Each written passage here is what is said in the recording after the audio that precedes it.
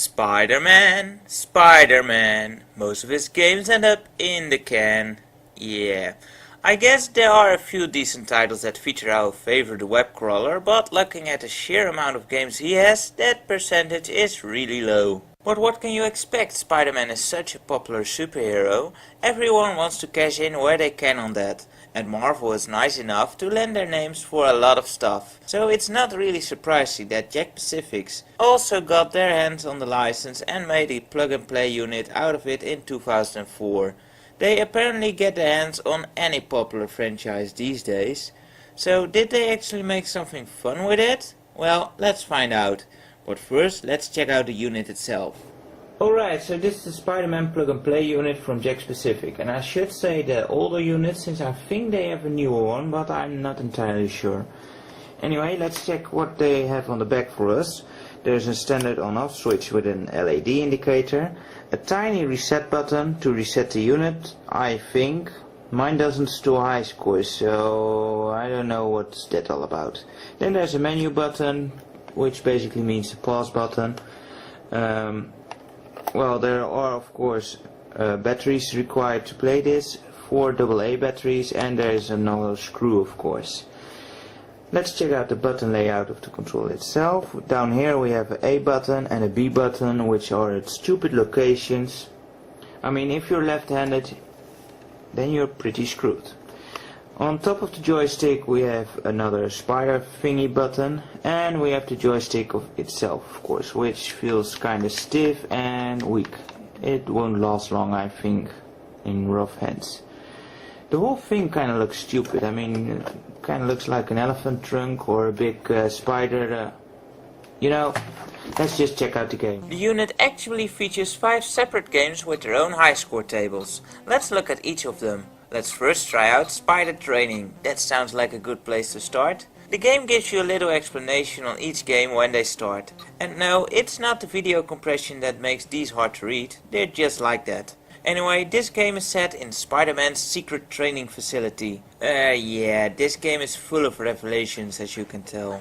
It's a basic whack-a-mole game in which you have to web a certain amount of villains within the time limit without hitting any of the good guys. If you web those, the game immediately ends. All the characters are represented by pixelated pictures of themselves, and it really helps that there is either a blue or red border around them to distinguish friend from foe. This game probably makes the best use of the joystick, which is kind of ironic since it's also pretty much the simplest game. Well, after having had some practice, let's move on and get down with Venom in Venom's Vindication. Vindication? What's that all about? Alright Venom, let's hear you out. What makes it right that you do what you do? Oh, I'm sorry. I can't hear you when you're throwing all these bombs. Let me catch them for you.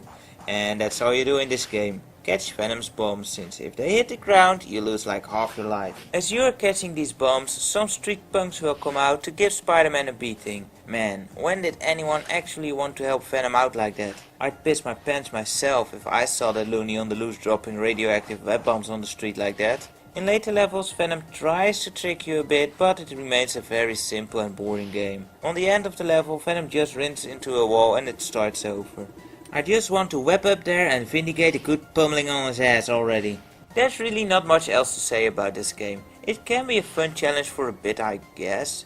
It's certainly not the worst out of the 5 games, but it's just too simple to keep your interest for long. It's also fairly cheap since you can't pass through street punks, so you often arrive too late to catch a bomb if one is in your way. Let's move on to Escape from the Sewer then. This is a maze game in the, well, you guessed it, the sewer. Strangely enough, the object is not to escape though. Instead, it's to defuse bombs within the time limit. Really, couldn't they think of something better than bombs again? And how does Spidey defuse bombs, you may ask? Well, by webbing them of course. Why send in the bomb squad? Just web those suckers up and they explode less violently or something. But wait, who put all these bombs there anyway? Why, it's the Lizard of course, since we all know that bombs are his expertise and all, and boy has he been busy lately. I don't know how many wives he has, and how long it would take, but he made some offspring apparently. I'm not as good in multiplication as the dog, but you can't really call what he did multiplication anymore. It's more like raising to a power what he did.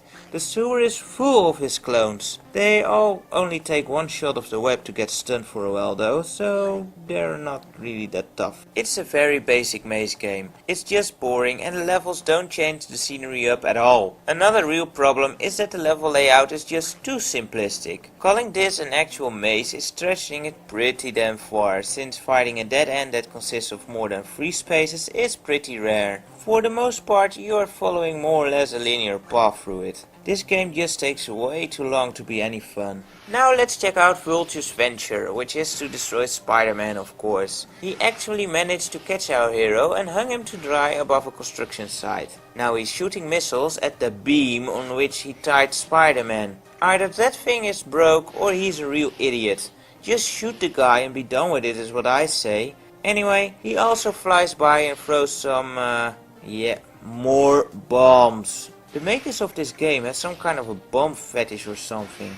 The object is to destroy the incoming projectiles, much like Missile Command. The big problem here is that it's just hard to aim and you have a very short time window to actually do so. When the beam has sustained enough damage, Spidey goes squash. So now there's only one more game left and it's the biggest of the bunch too. Let's go to the streets of the city. Being the biggest and most complex one, it's a given that this one should not give an explanation on the setting and controls in game, right? Well, yeah, that seems to make sense somehow at least. It's a light platforming game. You can jump, shoot out a web to stun enemies and when you're close enough give them a good beating. Which is pretty delayed by the way. If an enemy takes more than one hit to kill, you will get hurt yourself. You can of course also swing around, but that's really not too useful in this game, since you can't really continue swinging. Often you'll swing and at the end of the swing you'll be over a death pit and you go bye bye. You can also stick to walls on buildings and that is more useful. So you collect the cash, get to the end and after 2 levels of that you fight an actual boss, Rhino. The battle seems to be taking place in a bank, so did he lose all his money while actually taking it to the bank, or did Spider-Man just steal the money off the street so he could afford to rent on his secret facility and is now trying to frame it on Rhino? I don't know, I guess we'll read that in tomorrow's Daily Bugle. Anyway, Rhino doesn't put up much of a fight, being the brain-dead guy that he is, so he'll soon move on to the next stage and... You're kidding me. They even had to put in those damn bombs in here too. You know what, screw it, I'm done. This game sucks. All games suffer from horrible stiff controls too. These games are just not made to be played with a joystick. The visuals are, well, for 2004 standards, they are pretty bad. But they are alright. But the Super Nintendo had better graphics and that's pretty sad in 2004.